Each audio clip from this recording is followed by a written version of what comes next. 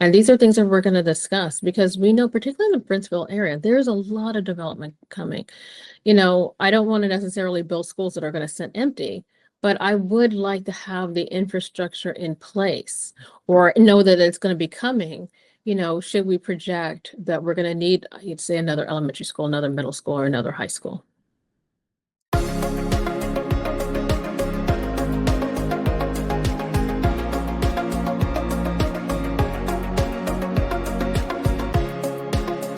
Hello and welcome to this Potomac Local News Podcast, where we connect our communities in Fredericksburg, Manassas, and Woodbridge, one story at a time.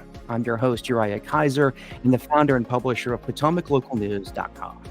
On today's podcast, we'll be talking with Prince William Board of County Supervisors Chair Deshundra Jefferson, who made history on January 1st, 2024, as the first Black person to be elected to this role. Her leadership journey is rooted in personal experience. As a single mother, she once resided in a one-bedroom apartment in Alexandria with her young son, diligently saving to achieve the dream of homeownership, a dream she realized a decade ago upon moving to Prince William County. Her experience fuels her commitment to addressing the rising cost of living and creating more opportunities for affordable home ownership within the community. Professionally, Chair Jefferson brings over 20 years of experience in public affairs and journalism.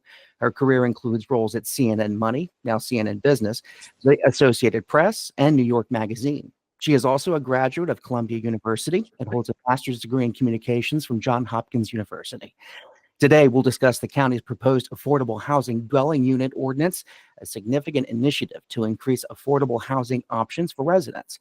In July 2021, the Board of County Supervisors initiated amendments to the zoning text and county code to create this ordinance, reflecting a commitment to ensuring that individuals earning at or below the area median income can maintain a basic lifestyle and meet essential living needs within the county. Chair Jefferson, thank you for joining us. How do we do on our introduction of you, everything you? Well, thank you for having me. I mean, I appreciate you sharing my story because that's an important part of why affordable housing, is so particularly important. I know what it's like to have to save up and what it's like to have to make do with, whatever you have so that you can make the affordable dream a part of your reality. So many people who either are living here now or who want to move here, to move closer to work, to be a part of this community are finding it more and more difficult and are priced out of the area. Many, I know Prince William County employees who live near Richmond and drive from the Richmond area to Prince William County to work and then drive home again. And so why is the board taking up this ordinance right now, and why has this become such a focus point for this Board of County Supervisors? So first, this was actually initiated in 2021, so before I joined this board. But when I came here, I wanted to make that a priority. I mean, we are in the middle of a national housing shortage.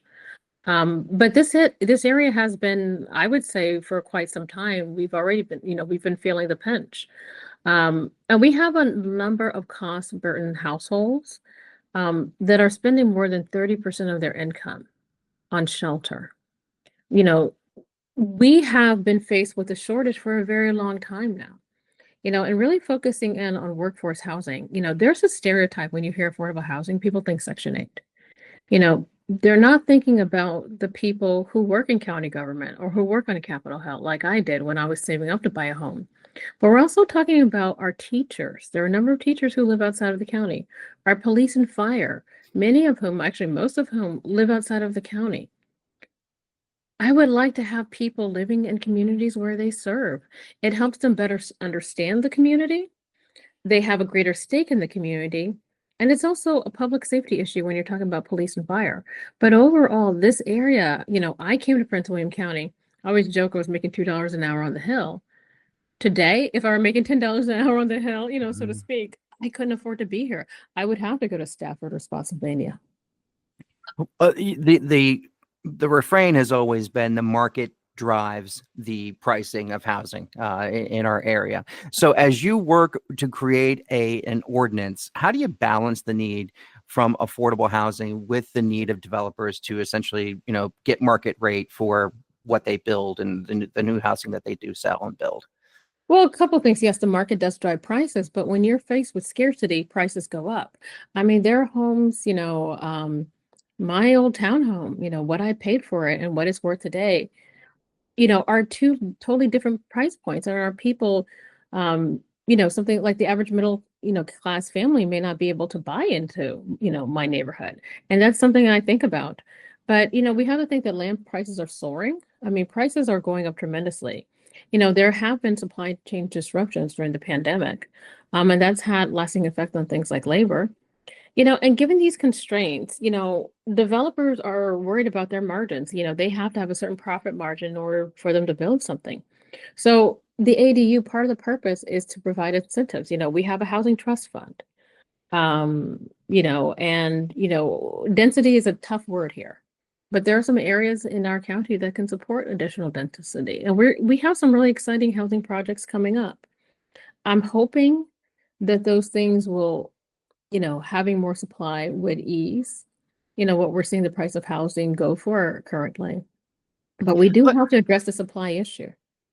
let's talk about the Mhm. housing trust fund, and the board, as of late, has talked much about creating a pot of money for affordable housing. Talk to me about the discussions that you've had and how that might work for someone who, as you said, might want to live and work in Prince William County, and what's going to take to get that created. Well, first of all, we have to actually pass an affordable housing, dwelling ordinance, AFDU, I'm sorry, all these acronyms.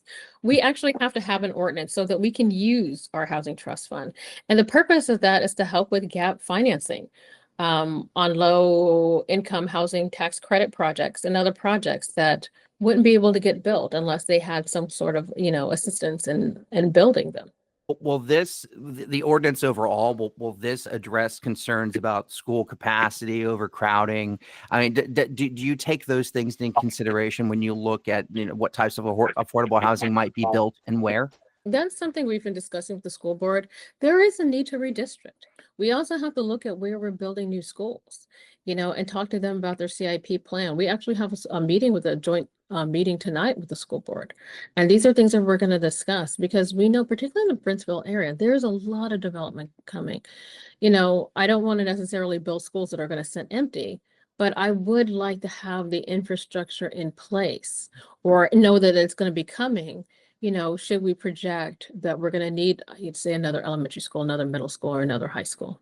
As you continue these discussions, when should we expect some sort of action on the creation of this ADU? Oh, so the ADU, we're looking at the spring. So we're Dillon Rule State. We can't do anything without state permission. We're kind of like a mother may I situation. And so we are also lobbying for access. While we're working on, an affordable housing ordinance, we're also working on getting access to additional state enabling legislation, 2304, which would give us more expansive powers to create something, to customize something for Prince William County. So we're looking at, the one we're working on, we're looking at passing that in the spring. But we're also lobbying or paying attention to what the state is doing. Governor Youngkin has come out and talked a lot about workforce housing. We're hoping to get access to a different enabling legislation, like I said, 2304, because I know, that will allow us to, be at better customize an ordinance for our needs. and I've seen that bill number 2304. Is that a Senate bill, House bill? Who's carrying that bill? I'm not sure who's going to be carrying it. I have to take a look who's going to be carrying it for us, on the House But that side. was discussed a lot in your joint Yes, legislative it meeting was. earlier this Yes. month. That because that is something we're able to customize. Wait, hold on, let me take a look. I believe, yeah, that is the code section. But I'm not sure who's sponsoring, but again, it's something that will allow us um, to better customize, an affordable housing ordinance for Prince William County's needs. Good. So if any state representative is listening right now, the hope is one of you guys will pick this bill up and help the board out and carry this through the General Assembly in Richmond. And it's a bipartisan effort. Both Republicans, Democrats are working on, you know, lobbying our Richmond delegation to gain access to, that state code. Well, we'll stay on that, and we'll pay closer attention in the spring. We'll see if that bill goes through the General Assembly, and then we'll come back in the spring and look for changes there at your level at the board to see what you guys do with your ordinance and your housing trust fund. And certainly something we'll be watching. I want to switch gears, ask you from housing to cars, and this story that broke recently. Supervisor Yesley Vega calling for sort of a put up or shut up final decision on this extension of Godwin Drive through into Fairfax County. This would be a the Bi-County Parkway, the Bi-County extension. We've been writing and reporting and talking about it for years, and it looks like now we're kind of hung up between Fairfax County and Prince William County reaching some sort of agreement, and whether or not, up to 70 houses lie in the path of this 4-mile extension road. So talk to me about where you stand on this. We've been talking about this project for a long time. Should this project that has been studied and studied and studied, should it continue to go forward? I mean, well, we're in an impasse right now. Fairfax would like to see additional right-of-ways. I mean, they want some more certainty on the project, and I guess additional design considerations. Where I'm at, and I'm nervous about continuing to spend money on this project. They say that they, are willing to work with us, but I'd really like to have a vote on their board before we move forward. I don't think that's likely. Listen, we certainly need to ease congestion around Route 28, and I look forward to having Road West discussions. And those discussions, again, include our sister cities, City of Manassas and Manassas Park. We do need to have more discussions, but we also, the project is going to cost us another $100 million because of the delays. Mm-hmm. I have to be a good steward of Prince William County and our taxpayer dollars. So I look forward to having additional discussions. I've always, obviously spoken with Supervisor Vega about this, and she has, very strong feelings because it's directly impacting the Coles district. Mm-hmm. This isn't going to be an easy decision, but, just know that Prince William County residents, in my mind, come first. $300 million is a lot for a local road project. It's one of the most expensive road projects administered locally that we've seen. And that was the figure 5 years ago. Lord knows what it is today. We've heard from other area leaders, especially in the Manassas Park governing body, they want to see something done. One leader said, we also want to see Route 28 widened as well, outside of in the county, to Fairfax County, in addition to this road build. And at one point, I believe it's 2021, in a rare sign of bipartisanship of the board that came before you, they actually reversed course and said, no, instead we're going to widen out Route 28 in its current path. Only come a week later, representatives from the Northern Virginia Transportation Authority came into the room and said, you probably should think better of that because we've already allotted all this money for funding and studies and what have you. So there's a lot of confusion on this road. Do you expect to take this up soon in the new year? Vega's calling for a decision. What's going to happen with this? Well, first of all, you hit something you said I want to really emphasize. This is not a Prince William County road. It's supposed to be a regional road. That's why I was hoping Fairfax would take a vote so that we can get that insurance before we spend any additional funding on this. And you've already spent an additional $1 million, if not more, to go back to the drawing board and perform more studies on this project. We have. I think at this point, it looks like we're probably going to be taking it. We're going to take it up soon, but I want to make sure that we are doing our due diligence and that we are transparent with the public. And so that's something I'm working on with Supervisor Vega's office, as well as county transportation. So this is something that we are going to take up, I would say, pretty early in the new year. That's good to hear. Well, my last question for you, and it's one that we ask a lot of people. We're very supportive of small business. We like our local restaurants and shops. So as we get so close to Christmas, what are some of the favorite, what's one or two of your favorite shops or restaurants you like to go to where you live in your part of the county? Well, I have to be honest with you. I hate answering that because I don't want to favor one business over the other. When I'm in the western part, I love Red Tavern Inn. They're a little pricey, but their food is amazing. Is that in Haymarket? Is that the new Haymarket? They're amazing. I think that's a place that I love. People who know me know that I do eat, and I hate to say this, I do eat a lot of fast food because I'm always on the go. Mhm. So I probably spend a little too much time at Shea McDonald's.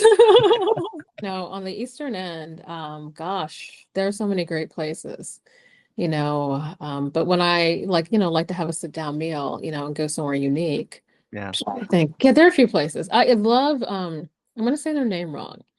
But they're in Stonebridge. There's a Thai restaurant there, Doc Tang Cap. I don't know. I'm not even gonna try to say it. I go there a lot. And I should point out to everyone listening that that's a tough question for you because you represent the entire county, 348 square miles. That's your district. It would have been it might have been easier to ask the Woodbridge supervisor what's your favorite store or restaurant in a particular district, a much smaller area. But you have to, and you did a great job. You went to the west, you went to the east, and all the places in between. So thank you for participating in our little unscientific poll there. Uh, And overall, thank you so much for joining us on the Potomac And Local you know what? Podcast. You've inspired me. I'm now going to find a favorite place in each district and a second favorite place, and it won't be Shea McDonald's. So thank you. We'll come back in a year and we'll see what you found. We'll do a whole podcast on what you found in your travels. But thank you so much again. Merry Christmas, Happy New Year's, Happy Holidays to you and your family. And we look forward to watching what happens at your meeting today and, of course, in January in the new year. All right. Thank you so very much, Uriah. We'll talk more later.